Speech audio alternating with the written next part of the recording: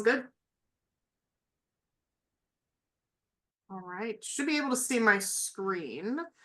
So I think with that, we're good to go. So yeah, hi, my name is Megan Kyle. I am a Peace Corps recruiter.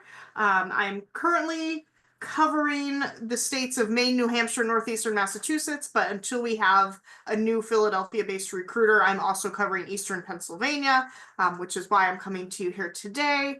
From New Hampshire. So hello, hope everything is great down in Pennsylvania. Originally from Bethlehem, so I come back to the area frequently. I also served as a Peace Corps volunteer myself. I was in Tanzania from 2015 to 2018. And I taught biology at an all-girls boarding school for 2 years, and then I extended my service and I stayed for an extra year just because I wasn't ready to leave. And I was the Peace Corps volunteer leader for gender programming. So instead of teaching students biology, I was now helping to train the other volunteers and their community counterparts, and I focus specifically on gender equality projects. Excuse me 1 second. I'm going to go ahead and leave the meeting and then I'll come back on. Okay, sounds good. Thanks. Bye. Yep. All right, so kind of just to cover the basics of Peace Corps, if you have any questions while I'm going through things, please feel free to add them into the chat or something like that. Always happy to answer questions. But yeah, Peace Corps was started back in 1961 by President John F. Kennedy. The mission and goals that you see on the screen really have not changed much in that time. So our mission is to promote world peace and friendship, and we do that through our 3 goals. So goal number 1 is the working part. We send trained individuals to live and work abroad for 27 months total. It's 3 months of training done in the country of service, followed by 2 years of service in a community within that country. The goals number 2 and 3 are just all about cultural exchange. So goal number 2, going to the countries that we're serving in, sharing what it's like to grow up in the United States, holidays, customs, traditions, all that kind of stuff with the people of the communities that we're serving. And then goal number 3 is just the reverse, coming back to the US, teaching our friends, families, people that we live and work with about the countries and peoples that we serve. So you're going to get a little bit of that today. I have pictures from my service in Tanzania in this slide, and happy to share some stories with everyone. So when we talk about Peace Corps, Peace Corps is kind of the umbrella, and there's 2 separate programs underneath that umbrella. I recruit for the general program, so it says Peace Corps volunteer. That, like I said, is the 27-month commitment. It's a little bit more broad or generalist in terms of what the volunteers do. Peace Corps response are short-term, high-impact assignments meant more for mid-level professionals and beyond. These are usually between 6 to 12 months in length, but they're meant to address a very specific need that's been identified in that country. So the general college student that I talk to does not usually have enough skills or experience in order to qualify for Peace Corps response. But if they have a college degree, they're probably going to qualify for a lot in terms of the general Peace Corps program. I think it also is important to point out that we are not in any country that does not want us there. We have been invited in by every country, starting at their high government level, but also within each individual community. They have applied to receive a volunteer, so they've identified, some people in the community that the volunteer can work with, some projects that they would like help with, as well as things like housing and all that kind of stuff. So we've had over 240,000 return volunteers since 1961. So it's pretty good alumni group to be a part of. I feel like, whenever I meet NRPCV, even if they served back in the 60s, there's an immediate connection there. So it's a lot of fun, and, a lot of networking opportunities there as well. One thing I do like to point out on this slide particularly is the age range that you see down at the bottom. So volunteers, in order to be eligible to become a Peace Corps volunteer, you do have to be at least 18 years old, although there is no upper age limit. So there are some people who do this in retirement. It kind of just depends on whenever it fits well in their life, right? So if you're looking at this program and you're like, man, I'm graduating, but like I have this job lined up, like I can't really fit this into my life right now, that's fine. Maybe you can fit it into your life a couple years down the line, or, once you're done with your career, or whatever the case may be. There's no right or wrong time for someone to do this. It's kind of just whenever it fits best for them. The other thing about eligibility, you do have to be a United States citizen, because we are a federal government agency. That is a requirement. You do not have to have been born here in the United States, but you do have to have obtained that citizenship before you depart for service. All right, so these are the 6 sectors that our volunteers serve in. I'm going to go very briefly through all of them. Education is our largest one. We are always looking for science, English, and math teachers. Sometimes you are working, like myself, as a primary teacher in so the only teacher in the classroom. I didn't have a co-teacher. Sometimes there are situations where a volunteer is co-teaching with another host country national teacher in the classroom. Youth and development is working with kids usually in after school or camp type settings, helping them learn various life skill topics and career preparedness.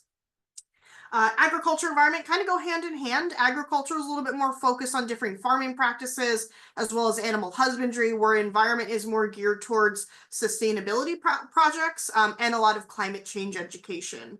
Health is our second biggest sector. That sector, those volunteers are not doing anything in a clinical setting. Like, for example, they're not giving vaccines. They're doing public health outreach on whatever health topics are prevalent in the communities that they're living in. So you will see a lot of volunteers focus on things like HIV/AIDS awareness and prevention, malaria prevention, child and maternal health, nutrition, wash practices, all of those type of things. And finally, we have community economic development. That's our business focused sector. So some of those volunteers will work either with a small business owner to help expand their business, or sometimes they work with a local nonprofit or an NGO, or even a local municipality. So these are what we call the primary projects or the sectors that you would be working in. So you would be invited to serve as, for example, an education volunteer in Tanzania, like what I did, right? Down at the bottom, you'll see it says secondary projects. This is really where you can kind of make your Peace Corps service your own. So if there's something that you're really passionate about, or something that you have like, a breadth of knowledge in and a lot of experience with, you can make projects in your community. Now, it does have to be something that your community wants and needs. But here, kind of the possibilities are endless, really. So if there's something where you're like, you want to bring it something to your community, if there's someone to work with you on that project, great, do it. If there's something that just a need that you've identified in the community, you can maybe make a project around that. So these are all of the countries that our volunteers currently serve in. There's about 64, 65 different partner countries at the moment. I do sometimes have students ask, well, I see Ukraine is highlighted. Yes, Ukraine is still a partner country. However, there are no volunteers currently serving there in person. We do have a virtual service opportunity that is pretty new. And right now, all of the volunteers in Ukraine are being a volunteer remotely, so via Zoom, via email, all that kind of stuff. But for most of the other countries, everyone is there in person. You would go live in this country, like I said, for 27 months, and specifically in the same community for 2 years. So these are some pictures from my own service. Like I said, I served in Tanzania as an education volunteer. I taught Form 3 and then Forms 5 and 6 in biology. So if you know anything kind of about the British school system, instead of it, high school here, we have a 9th, 10th, 11th, and 12th grade. They have a secondary school, which is Forms 1 through 4. So you can graduate after Form 4. However, if you want to go to university, you also have to go to advanced level, which is Forms 5 and 6. So I taught 2 different streams of Form 3, which is kind of roughly like our 11th grade. And then I was one of 2 biology teachers for the physics, chemistry, biology A tract that my school had. And this was when I got to country, or when I got to my community, this was the first physics, chemistry, biology advanced level track that my school had ever hosted. They had other advanced level students prior, but they were what they called arts subjects. So things like history, language, things like that. This was the first like hard science track that my school had. And I was actually able to be one of the 2 advanced level biology teachers. It overlapped nearly perfectly with my 2 years while my students were studying there. So this group that you see in the upper left-hand photo, those are my first class of advanced level students. I'm still in a WhatsApp group chat with them today, even though they graduated in May of 2017. So it's been quite a while since I've seen them in person now. And just some other photos, this is kind of what my general classroom looked like. This is my Form 3 classroom in the upper right-hand photo. Not a whole lot to it, some desks and chairs for the students, and then a chalkboard for me to put my notes on. So when you become a Peace Corps volunteer, you get really good at, using the resources around you, sometimes in really creative ways to make different visual aids or hands-on projects or whatever the case may be. Luckily, one of my topics in Form 3 for biology was like plants, right? So like actually getting outside of the classroom, walking around, looking at a tree. Okay, like, can someone tell me, is this a deciduous or coniferous tree? Like, like actually like being able to hands-on do those things in person was really fun. And I think my students really enjoyed it because from what I've seen in Tanzania, it's a lot of very rote memorization. And so I was trying to get them to think outside of the box a little bit. But yeah, I had a really great 2 years, so much so that when my time was up, I wasn't ready to leave. So I stayed for an extra year. Like I said, I worked in the Peace Corps office in Dar es Salaam, which is the biggest city in Tanzania. So it was a very big difference from going from a very small village to the biggest city in the country. I went from, not having running water or, in my home to now having Uber and delivery and movie theaters and all of that kind of stuff. It was a very big change. It was kind of like being back in the United States in a lot of ways. But the main reason why I stayed for that third year was to make sure that we had this project up and running for another year. And that project was a partnership that we had with an NGO based out of Nairobi, Kenya, called Huru International. And their project is split into two main parts. The first part is an educational aspect. So not only young girls, but also young boys and other people in the community. They go through education relating to sexual reproductive health, menstruation management, how to use contraceptives, all of those kind of topics. And then at the end of the educational part, the girls who attended will get a little drawstring backpack filled with some underwear, some soap, and then reusable sanitary pads. That way they can stay in school while they're on their periods. And it took me leaving the United States to see just how big of an issue this is still worldwide. And it's still an issue for many people here in the United States as well, where if, a young girl, sorry, or a woman doesn't have enough money to buy something like disposable pads or tampons, in Tanzania, a lot of the times the girls were forced to use an unsanitary method, or they just wouldn't go to school during that time, which over the course of their academic career can be months of school missed. So this is really why I stayed, to make sure that this project and this training got up and running again. We were able to have two different training groups. You can see one of them in the upper left-hand photo. You'll notice there are Peace Corps volunteers there, as well as community counterparts. So anytime you go to a training as a Peace Corps volunteer, you've identified someone in your community with you who is going to go to that training, get trained alongside you. And now you both go back to your community with whatever, lesson plans or kits or whatever it is that you need to do your project. And maybe you train a couple more people who are going to help you implement that project. And then you get your project up and going, right? So theoretically, at the end of the 2 years, when the volunteer has completed their service, you still have people in the community who know how to continue on with whatever project you were working on. So with these two training groups, we were able to hand out over 11,000 kits all across mainland Tanzania, plus the islands of Zanzibar. So this is great. You'll hear a lot of volunteers say, they're making a difference. You're planting seeds, but like, for the most part, there's not a lot of projects that you do where you see the immediate impact that you are making. And this was one of those projects where, give it a month, you're going to see the immediate impact, because now, Sarah, who is usually missing 3 or 4 or 5 days of school every month, now has perfect attendance. So as a volunteer, that's great. We love seeing those things, because usually, like I said, it's 30 years down the line, you hear about a student reaching out saying, oh my gosh, I did this and you were one of my teachers, so thank you so much. So yeah, I had a great time in my Peace Corps service. I've been working as a recruiter since January of 2020, so I love sharing this experience with everyone. I know Peace Corps isn't for everyone, but I want everyone to know it's an opportunity if they choose to pursue it.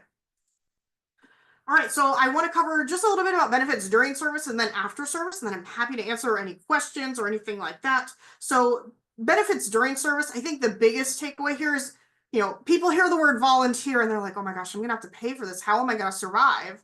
Peace Corps, it shouldn't cost you anything out of pocket to do. Peace Corps pays for your flight to and from country. They pay for your working visa. Housing's provided. Medical and dental is fully taken care of.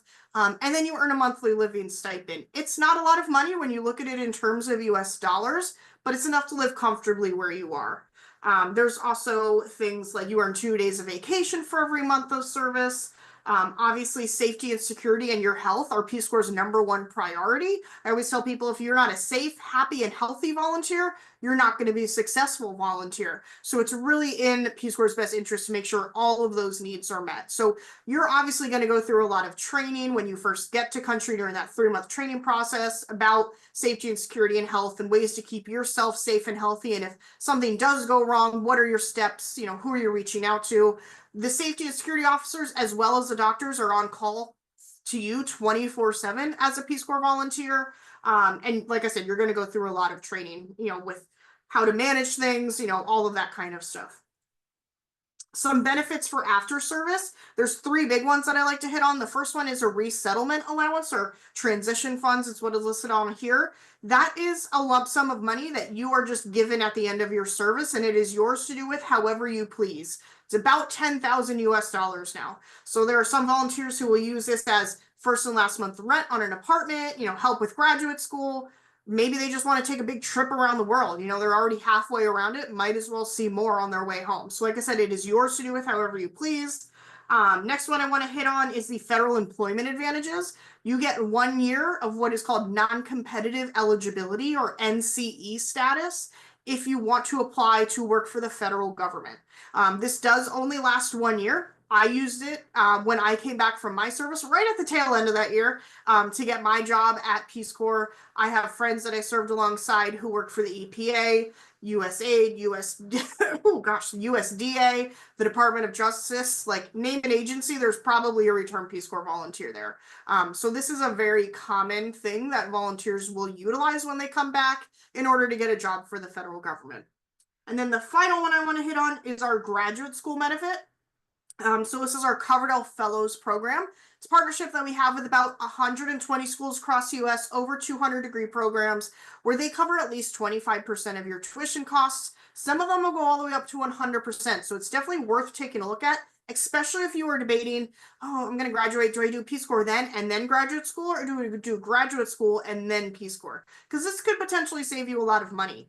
And a difference with the NCE status is that the Coverdell Fellows, the access to that is a lifelong benefit. So even if you come back, you work for a couple of years, and then you decide to go back to school, you're still eligible to become a Coverdell Fellows member. And so that's kind of covering the benefits. Again, I think, sorry, I forgot all these slides. This is kind of just a very quick snapshot of what the application process looks like. I think the biggest thing to keep in mind here is it's a pretty lengthy application time, right? If you are a senior and you're going to graduate in the spring, if you want to depart right after you graduate, the fall of your senior year is when you're going to want to submit an application.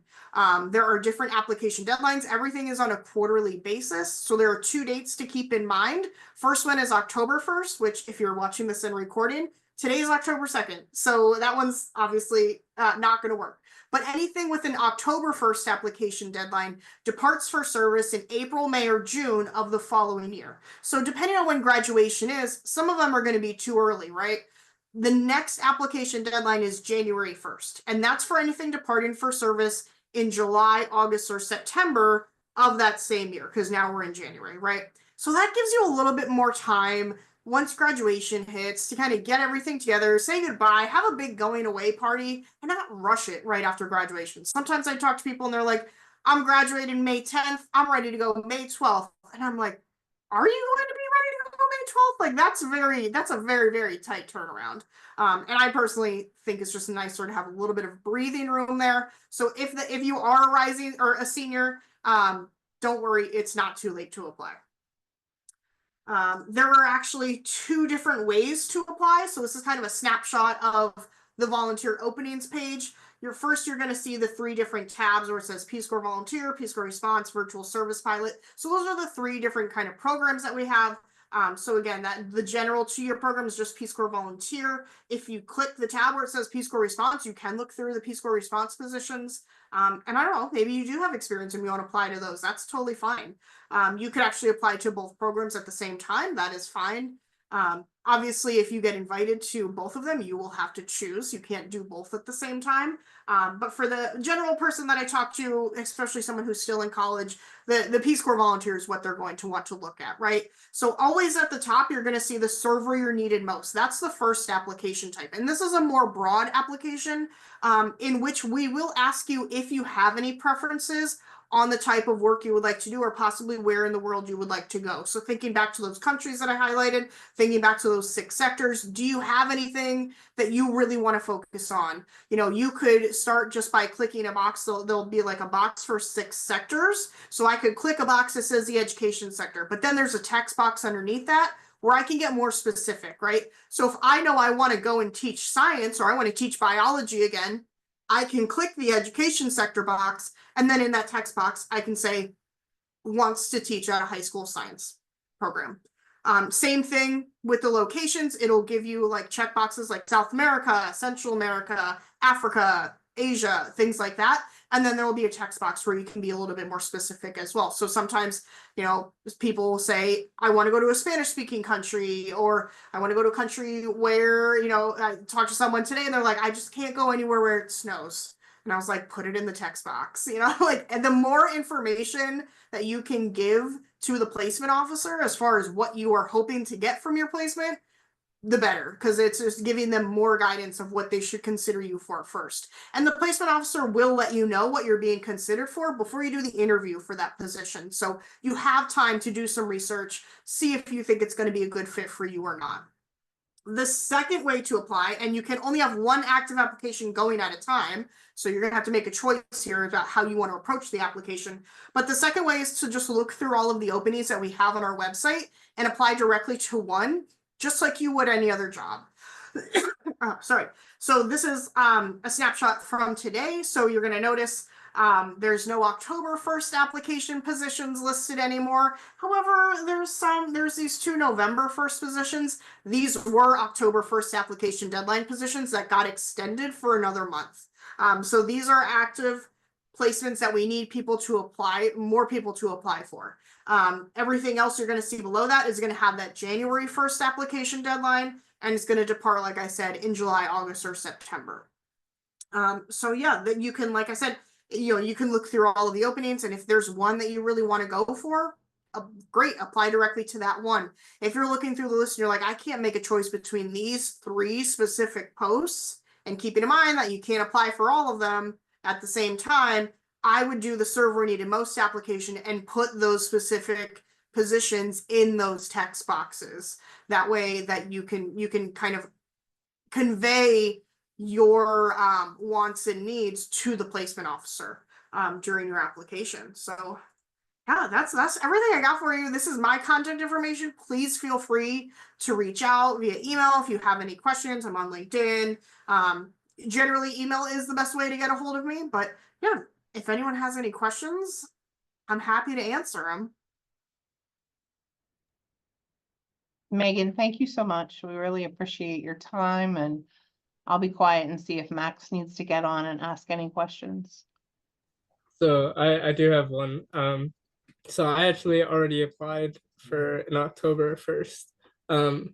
But I applied while I was quite sick, and I haven't been able to get through the medical clearance to go to all these places. I mean, partially like dentist. I mean, I'm sick. I don't want to get them sick. Is that gonna completely mess that whole application up? And should I just look to the next? No, you don't have to go see a doctor or a nurse when you're doing your actual application. So they will ask you to complete a health history form, which I think is might be what you're talking about. Yeah. You don't need to see a doctor for that. That's just like, do you know if you have any conditions? Are you currently taking any medications? And what that's going to do based off of your answers, that's going to create a list of countries where we're most likely going to be able to medically clear you for, right? So for example, if I'm on a medication and that medication for whatever reason is just unable to be, you know, gotten in Tanzania, they're not going to put me under consideration for Tanzania, right? So yeah, just fill out that form. Like I said, you don't have to see a doctor. Just submit it, and then the placement officer will get that list of countries.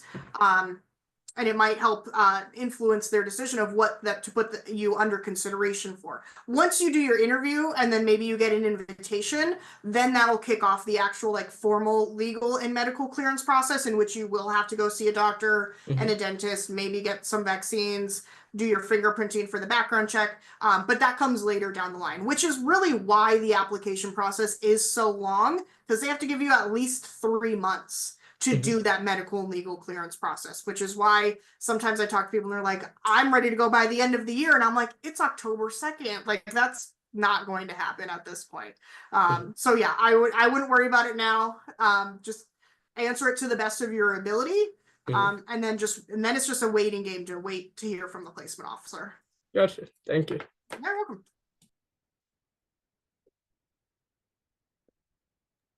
Max, she's all yours. That was the only question I had. I believe I've actually spoken to Ms. Megan here already. Maybe it's hard because like we're like No, I know, we you probably have talked lots. over the phone, so like we Yeah. didn't see each other. Yeah. Well, I'm gonna